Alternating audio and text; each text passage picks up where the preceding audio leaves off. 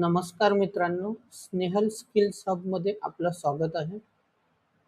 आजचा जो टॉपिक आहे तो RBI MPC begins 3-day meet, repo rate likely unchanged amid inflation, crude risk.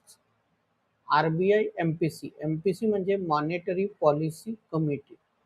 तर आर-बी-आयची जी मॉनेटर पॉलिसी कमिटी आहे ती 3 दिवसाची एक त्यांची मीटिंग आहे. त्यामध्ये ते रेपो रेट म्हणजे त्याच्यात रेपो रेटचं जे रेट आहे ते चेंज करायचं की नाही आणि करायचं तर किती करायचं त्याबद्दल त्यांची मीटिंग आहे. आणि आता तुम्हाला माहीतच असेल की ग्लोबल लेवलवर वार सुरू आहे. तर त्यामुळे आधीच इंडियामध्ये इन्फ्लेशन आहे. इन्फ्लेशन म्हणजे महागाई आहे. म्हणजे ऑलरेडी महागाई वाढलेली आहे. आणि क्रूड ऑइल जो आहे तो पण महाग होतो, कधी स्वस्त होतो ग्लोबल लेवलवर. Depends upon situation. बट क्रूडमध्ये रिस्क तर आहेच. तर आर-बी-आय म्हणजे रिझर्व्ह बँक ऑफ इंडिया. जो रिझर्व्ह बँक ऑफ इंडिया आहे तो भारतातल्या ज्या पण नॅशनलाइज बँक आहेत किंवा प्रायव्हेट बँक आहेत आणि अदर बँक्स ज्या पण लिगलाइज आहेत त्यांना कंट्रोल करते. तर आर-बी-आय जे आहे ते रेपो रेट चेंज करू शकतात आणि त्याच्याने काय होते की होम लोन्स, ई-एम-आय वगैरेवर फरक पडतो. म्हणजे आपण जो बँकेमधून लोन घेतो, आपण पब्लिक लोन घेतो बँकेमधून, तो जो लोन रेट आहे त्याचा पण तो चेंजेस होतो. तर आर-बी-आयची जी पॉलिसी आहे तुम्ही इथे बघू शकता. 3 ऑगस्ट ते 5 ऑगस्टच्या दरम्यान ही आर-बी-आय मॉनेटरी पॉलिसी कमिटीची मीटिंग आहे. आणि 5 ऑगस्टला आर-बी-आय मॉनेटरी पॉलिसी कमिटी ते त्यांचा डिसिजन तुम्हाला सांगणार आहे. तर त्यांच्याजवळ 3 ऑगस्ट, 4 ऑगस्ट आणि 5 ऑगस्ट हे 3 दिवस आहेत आणि त्या दिवसामध्ये ते ठरवणार आहे. Experts believe the RBI is unlikely to rush into any rate action. म्हणजे आर-बी-आय जी आहे ती रेट चेंज करण्याच्या उद्देशाने म्हणजे काम करणार नाहीये असं एक्सपर्ट्स म्हणत आहे. की ते म्हणजे अशी जल्दबाजी नाही करणार की रेट वाढवून टाकणार किंवा कमी करून टाकणार. म्हणजे ते रश नाही करत आहे. कारण आधीच महागाई वाढलेली आहे. With the policy focus expected to remain on domestic inflation, liquidity conditions and growth. तर त्यांनी बघा domestic inflation, liquidity conditions and growth त्यामुळे ते डिसिजन जे आहे एक्सपर्ट्स असे म्हणत आहे, त्यांना असं विश्वास आहे, बिलीव्ह आहे की आर-बी-आय ॲक्शन घेणार नाही. पण ते घेऊ पण शकतात. हे तर म्हणजे एक प्रोबॅबिलिटी आहे की घेऊ शकते, घेऊ नाही शकत. पण आता ते 3, 4 आणि 5 ऑगस्ट 3 दिवसची मीटिंग आहे. त्या मीटिंगमध्ये ते डिसाईड करणार. पण जास्तीत जास्त चान्सेस हेच आहे की रेट जे आहे ते चेंज होणार नाही. ओके. आणि बघा हा जो आर्टिकल आहे हा मनी कंट्रोल न्यूजचा आर्टिकल आहे आणि 3 ऑगस्ट 2026ला हा पब्लिश झालेला आहे 12:10 इंडियन स्टँडर्ड टाइम. ओके. तर the reserve bank of India's RBI monetary policy committee M-P-C began its 3-day policy meeting on Monday with economists and market participants, expecting the central bank to maintain status quo on the benchmark repo rate amid evolving inflation trends and global uncertainties. तर हा repo rate काय असतो? बघा repo rate नाव तुमच्या समोर खूपदा आला या व्हिडिओमध्ये. तर रेपो रेट काय असतो आणि त्याच्यामुळे काय परिणाम होतात ते आता आपण बघू.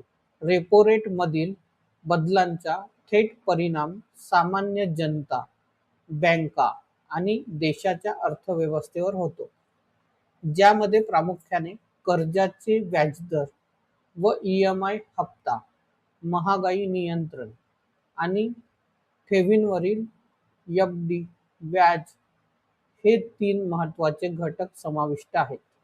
सध्या भारताचा रेपो रेट 5.25 आहे. कर्जावर आणि EMI वर परिणाम. रेपो रेट वाढल्यास, बघा, जर रेपो रेट वाढला तर काय होणार? बँकांना RBI कडून महिना किंवा आपत्कालीन काळात महाग कर्ज मिळते. ओके, तर तुम्ही बघू शकता की बँकांना जो RBI कडून जो कर्ज आहे तो महागात मिळते.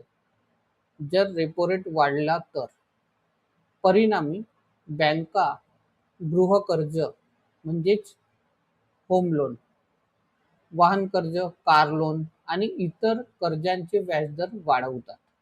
म्हणजे काय होते की जर RBI जर बँकांना महागमध्ये कर्ज देईल तर मग बँक पण सामान्य जनतेला जो कर्ज देतो त्याचा व्याजदर पण ते वाढवणार. म्हणजे आपल्याला जो होम लोन, कार लोन जो मिळतो तो पण ते कर्जाचा व्याजदर वाढवतील, ज्यामुळे तुमचा EMI वाढतो किंवा कर्जाचा कालावधी वाढतो. एकतर EMI वाढेल किंवा मग कर्जाचा कालावधी वाढेल, तर हा पण एक इम्पॅक्ट होतो. रेपो रेट कमी झाल्यास, जर रेपो रेट कमी झाला तर काय होणार? बँकांना कमी दराने पैसा उपलब्ध होतो. RBI कडून बँकांना जो कर्ज मिळतो तो कमी दरात मिळेल.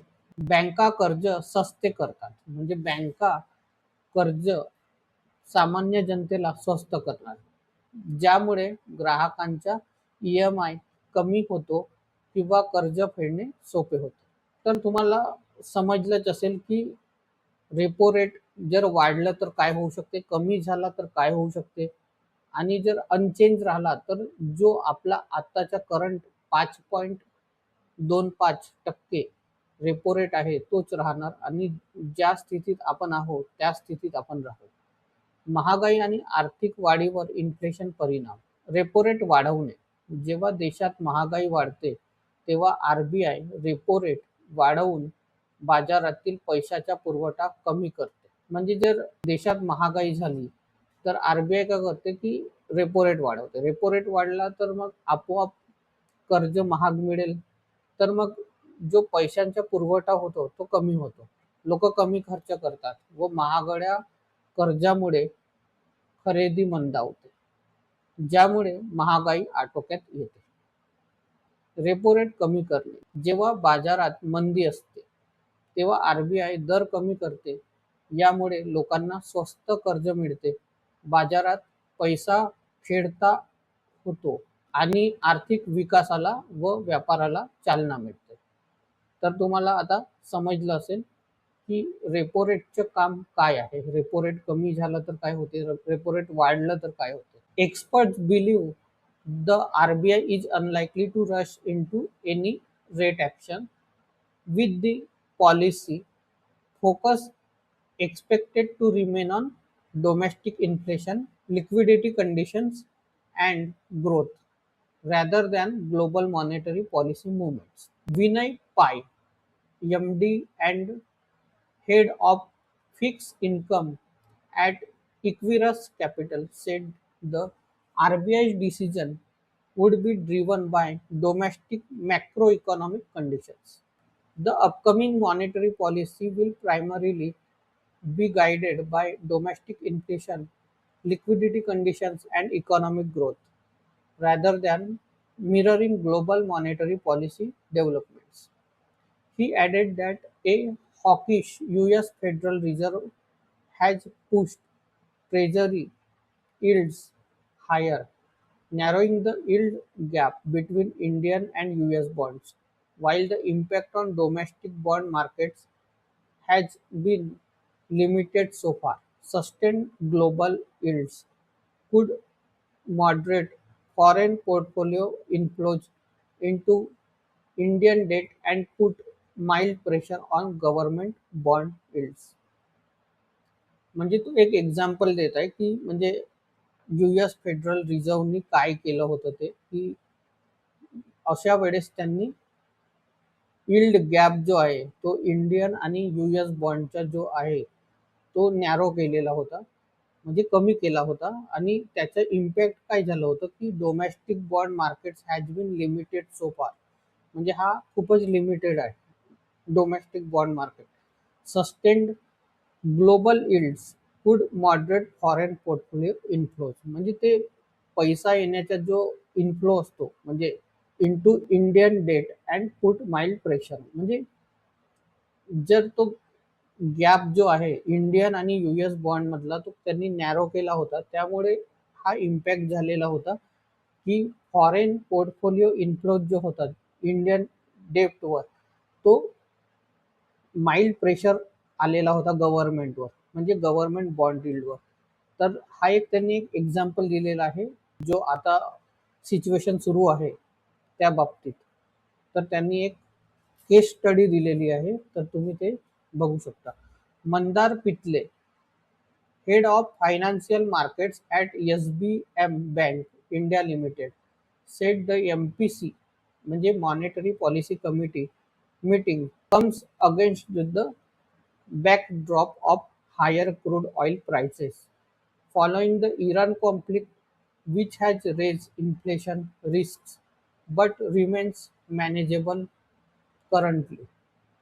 तर हे मंदार पितले जे आहेत ते पण सजेस्ट करून राहिलेले आहे जो ग्लोबल जो सिनेरिओ आहे क्रूड ऑइल प्राइसेसचा इराण कॉन्फ्लिक्टमुळे, तर त्यामुळे इन्फ्लेशन रिस्क येत आहे. पण आता सध्या जी सिच्युएशन आहे ती मॅनेजेबल आहे. पण समोर जाऊन म्हणजे आणखी जर तो वार जो आहे तो जर वाढत राहिला ग्लोबल लेवलवर, तर आपल्याला इन्फ्लेशन रिस्क तर आहेच, म्हणजे महागाईचा रिस्क आहे तो बघावा लागेल. सध्या तरी तो मॅनेजेबल आहे ते ते सांगत आहे. Present growth inflation dynamics point towards risks to growth with a manageable inflation trajectory in the immediate future. This, coupled with elevated global uncertainties, may result in MPC not considering the rate hike option in a hurry during the forthcoming MPC meeting in August, तिथले set. म्हणजे त्यांचं हेच म्हणणं आहे की जर आपण MPC मीटिंगमध्ये रेट हाईक केली आणि ग्लोबल लेवलवर जो प्रेशर आहे म्हणजे जो वार सुरू आहे त्या सिच्युएशनमुळे जर इन्फ्लेशन आणखी वाढला, तर तो इन्फ्लेशन खूप जास्त राहील, खूप रिस्की राहील आणि खूप जास्त महागाई वाढेल. कारण आधीच आपण जर एमपीसी मीटिंगमध्ये जर रेट हाईक केला तर मग कर्ज महाग होतील. आणि जर रेपो रेटचे रेट वाढले, जसे आता करंटली 5.25% रेट आहे रेपो रेटचा, तर त्यामुळे आणखी तो महागाई वाढू शकतो. तर त्यांचं हे म्हणणं आहे नियर फ्युचर आपल्याला ते सांगता येत नाही, इमिजिएट फ्युचर. तर त्यांचं ते म्हणणं आहे. Pitle added that crude oil prices and monsoon progress will remain key monitorables for future policy decisions. A sustained rise in crude prices towards 90 to $100 per barrel, he warned, could intensify inflation risks and strengthen the case for rate hikes later in the fiscal year. तर त्यांनी तोच example देऊन सांगितलेलं आहे की crude oil prices जे आहेत ते आता आटोक्यात आहेत, पण जर ही सिच्युएशन आणखी वर्स्ट झाली तर मग आपल्याला जो इन्फ्लेशन रिस्क आहे तो आपला या फिस्कल इयरमध्ये वाढतच राहणार. Maulik Patel, head of research and Equirus Securities, also expects the MPC to keep rates unchanged in the August review. तर मौलिक पटेल हे जे आहेत head of research at Equirus securities, ते पण हेच अपेक्षा करत आहेत की या मीटिंगमध्ये जी रेट आहे ती अनचेंज राहावी. We expect the MPC keep policy rates unchanged in the August meeting. We are seeing an uptick in wholesale and retail inflation due to petrol and diesel pump price increases. Second order effects and impact on food due to weather disturbances, Patel said. He added that global developments, including monetary policy signals from advanced economies, will remain important factors for the RBI while assessing the timing of future policy actions.